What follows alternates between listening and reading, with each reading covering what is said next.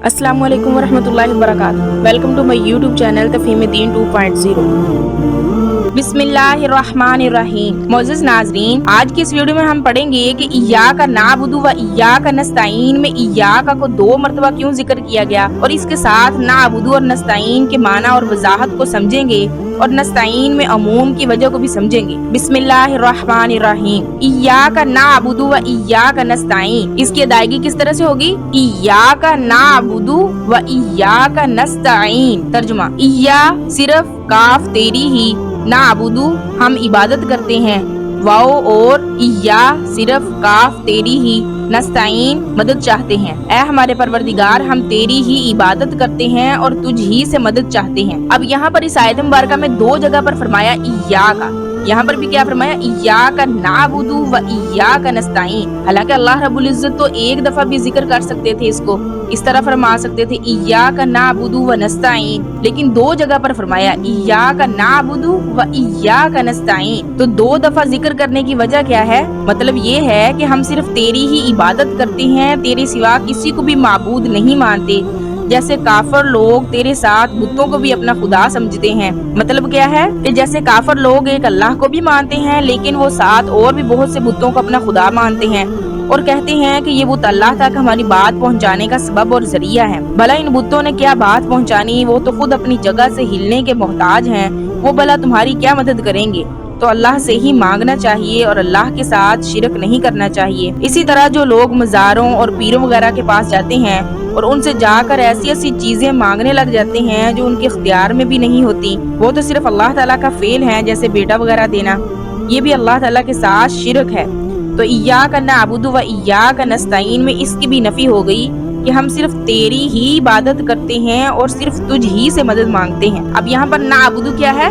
ये इबादतुन मस्दर से मश्तक है। इसके माना क्या होते हैं? किसी के सामने उसकी ताज़ीम व मोहब्बत की वजह से अपनी आजिज़ी और फरमाबरदारी का इजहार करना। और नस्तईन ये क्या है? इस्तिआनतुन मस्दर से मश्तक है। इसके माना क्या होते हैं? किसी से मदद मांगना। अब आयत का तर्जुमा क्या हुआ कि हम तेरी ही इबादत करते हैं और सिर्फ तुझ ही से मदद मांगते हैं। अब यहाँ पर इय्याका नाअबुदु व इय्याका नस्तईन में नाअबुदु यानी अल्लाह ताला की इबादत कैसी होनी चाहिए? तो पिछली आयत में मालिक यौमिद्दीन फरमाया था। मालिक ऑपोजिट क्या होता है? गुलाम। अब गुलाम अपने आका की कैसी खिदमत करता है? इसका उठना बैठना चलना फिरना सब कुछ मालिक की मर्जी से होता है, हत्ता कि वो जो कमाता है वो भी इसके मालिक का होता है। इसकी अपनी कोई जिंदगी नहीं होती। जो मालिक ने खिला दिया वो खा लिया, जो मालिक ने पिला दिया वो पी लिया, और जो पहना दिया वो पहन लिया, और वो गुलाम आगे से उफ तक नहीं करता। हालांकि आप देखें कि उस आका ने गुलाम को क्या दिया है? कुछ भी तो नहीं दिया ना। इसने तो उस गुलाम के पहले आका को पैसे देकर खरीद लिया, गुलाम को तो कुछ नहीं दिया। लेकिन इस सब के बावजूद गुलाम का सब कुछ इसके आका का है। और अब हम खुद को देखें, अल्लाह ने हमें कितना कुछ दिया है। आँख, कान, हाथ, पाँव, मुंह और इंसानी जिस्म के अंदर क्या अक्ल को हैरान कर देने वाली तख्लीक की। अगर इंसान के जिस्म का एक उज़्व, एक पुर्जा खराब हो जाए तो कितने लाखों करोड़ों रुपए लगाता है, और अल्लाह रब्बुल इज्जत ने तो हमें बिल्कुल तंदुरुस्त बनाया है। जरा आप सोचें तो सही, अगर अल्लाह ताला हमें आंखें न देते तो हम अंधे होते। आप जरा अपनी आंखों को 5 मिनट के लिए बंद रखें, तो 5 मिनट तो ज्यादा हैं, सिर्फ 2 मिनट के लिए बिल्कुल बंद रखें और महसूस करें कैसा फील होता है। अब अल्लाह रब्बुल इज्जत ने हमें आंखें दी तो हम इन आंखों को ही गुनाहों में लगाए रखते हैं। जिन चीजों को देखने से अल्लाह ताला ने मना फरमाया है वही देखते हैं। जरा सोचे, महसूस तो करें, अगर अल्लाह ताला हमसे आंखें छीन लें तो हम कैसे जिंदगी गुजारेंगे। इसी तरह अल्लाह ने हमें जुबान दी है, अगर अल्लाह जुबान न देते तो हम गूंगे होते, अपनी बात लोगों तक पहुंचा नहीं सकते थे। क्या आपने कभी गूंगे लोगों को देखा है? कैसी जिंदगी होती है उनकी। इसी तरह आप सोचें, अगर अल्लाह ताला टांगे ना देते तो हमारी जिंदगी कैसी होती। और भी बहुत सी नेमतें हैं जो अल्लाह ताला ने इंसान को दी हुई हैं। इंसान के जिस्म का जर्रा जर्रा, इसके इर्द गिर्द का माहौल, इसकी जिंदगी में मौजूद हर चीज ये अल्लाह की नेमत है। तो अब आप सोचें कि जिस परवरदिगार ने हमें इतनी नेमतें दी कि अगर इनको शुमार करना शुरू करें तो शुमार ना हो सकें, तो इस परवरदिगार की इबादत कैसी होनी चाहिए। अफसोस कि आज हमने अल्लाह की नेमतों को भुला दिया तो हमारी नमाजों से भी सुरूर उठ गया। آج ہم کھڑے نماز میں ہوتے ہیں اور ذہن کہیں اور اٹکا ہوتا ہے، ذہن کچھ اور ہی سوچ رہا ہوتا ہے۔ حدیث کا مفہوم ہے کہ جب بندہ نماز کے لیے کھڑا ہوتا ہے تو اللہ رب العزت فرشتوں میں فخر فرماتے ہیں، اور جب بندے کی توجہ ادھر ادھر ہو جاتی ہے تو اللہ تعالیٰ فرشتے سے فرماتے ہیں اس کی توجہ میری طرف کر دو۔ فرشتہ اس بندے کی توجہ اللہ کی طرف کر دیتا ہے۔ اسی طرح دوسری مرتبہ اور تیسری مرتبہ بھی اللہ تعالیٰ ارشاد فرماتے ہیں کہ اس کی توجہ میری طرف کر دو، اور جب چوتھی مرتبہ بندے کی توجہ کہیں اور جاتی ہے تو اللہ رب العزت فرماتے ہیں اسے چھوڑ دو، اور اللہ تعالیٰ اس پر سے اپنی توجہ ہٹا لیتے ہیں۔ اللہ اکبر۔ تو ہمیں اللہ کی عبادت کیسی کرنی چاہیے کہ ہمارا ایک ایک عضو اللہ کی تسبیح میں مشغول ہو، ہمارا اٹھنا بیٹھنا چلنا پھرنا سب اللہ کی رضا کے لیے ہو، اور یہ اسی وقت ہی ہو سکتا ہے جب ہم سنتے نبی صلی اللہ علیہ وسلم کو اپنا لیں۔ اسی طرح آپ دیکھیں کہ انسان کے اوپر 3 طرح کے حالات گزرتے ہیں، ایک ماضی، ایک حال اور ایک مستقبل۔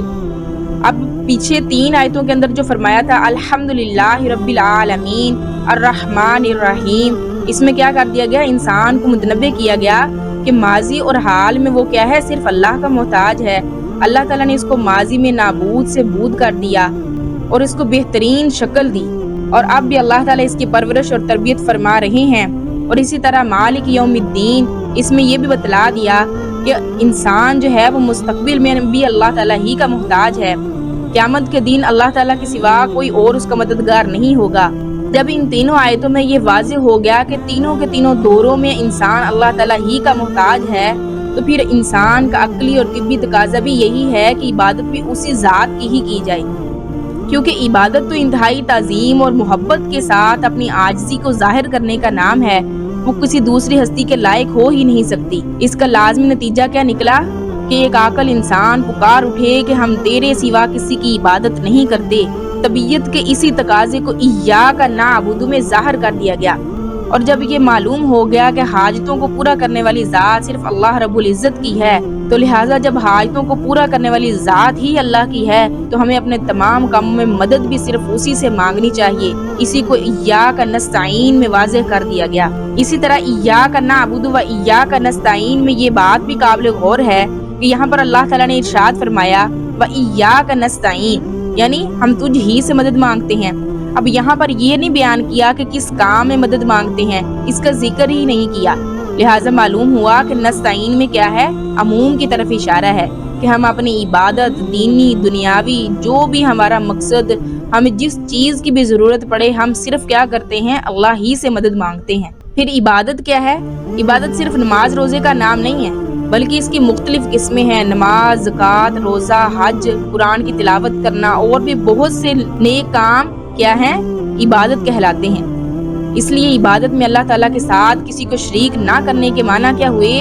نہ اللہ کی محبت کی جیسی کسی کی محبت دل میں ہو، نہ کسی سے امید اللہ تعالیٰ کی طرح رکھے، اور نہ ہی کسی کے اوپر بھروسہ اللہ تعالیٰ کے مثل ہو، نہ کسی کی اطاعت اللہ کی اطاعت کی طرح کرے، اور نہ ہی کسی کی خدمت کو اتنا ضروری سمجھے جتنا اللہ کی عبادت کو، نہ اللہ تعالیٰ کی طرح کسی اور کی نظر اور منت مانے، نہ اللہ تعالیٰ کی طرح کسی دوسرے کے سامنے اپنی مکمل عاجزی کا اظہار کرے، نہ وہ افعال کسی دوسرے کے لیے کرے جو انتہائی عاجزی کی علامت ہیں، جیسے رکوع اور سجدہ۔ تو آج کے سبق کا خلاصہ کیا ہوا؟ ایک تو ہم نے ایاک نعبد اور ایاک نستعین میں ایاک کو 2 مرتبہ ذکر کرنے کی وجہ کو پڑھا، اور ساتھ نعبد اور نستعین کے معنی اور وضاحت کو سمجھا، اور نستعین میں عموم کی وجہ کو بھی سمجھا۔ امید ہے آپ کو سمجھ آ گئی ہوگی۔ اللہ تعالیٰ ہمیں قرآن پاک کو سمجھنے اور اس پر عمل کرنے کی توفیق عطا فرمائے، آمین۔ آخر میں آپ سب ویور سے ریکویسٹ ہے کہ میرے چینل کو زیادہ سے زیادہ لائک کریں، سبسکرائب کریں اور دوسروں کے ساتھ شیئر کریں۔ اللہ حافظ۔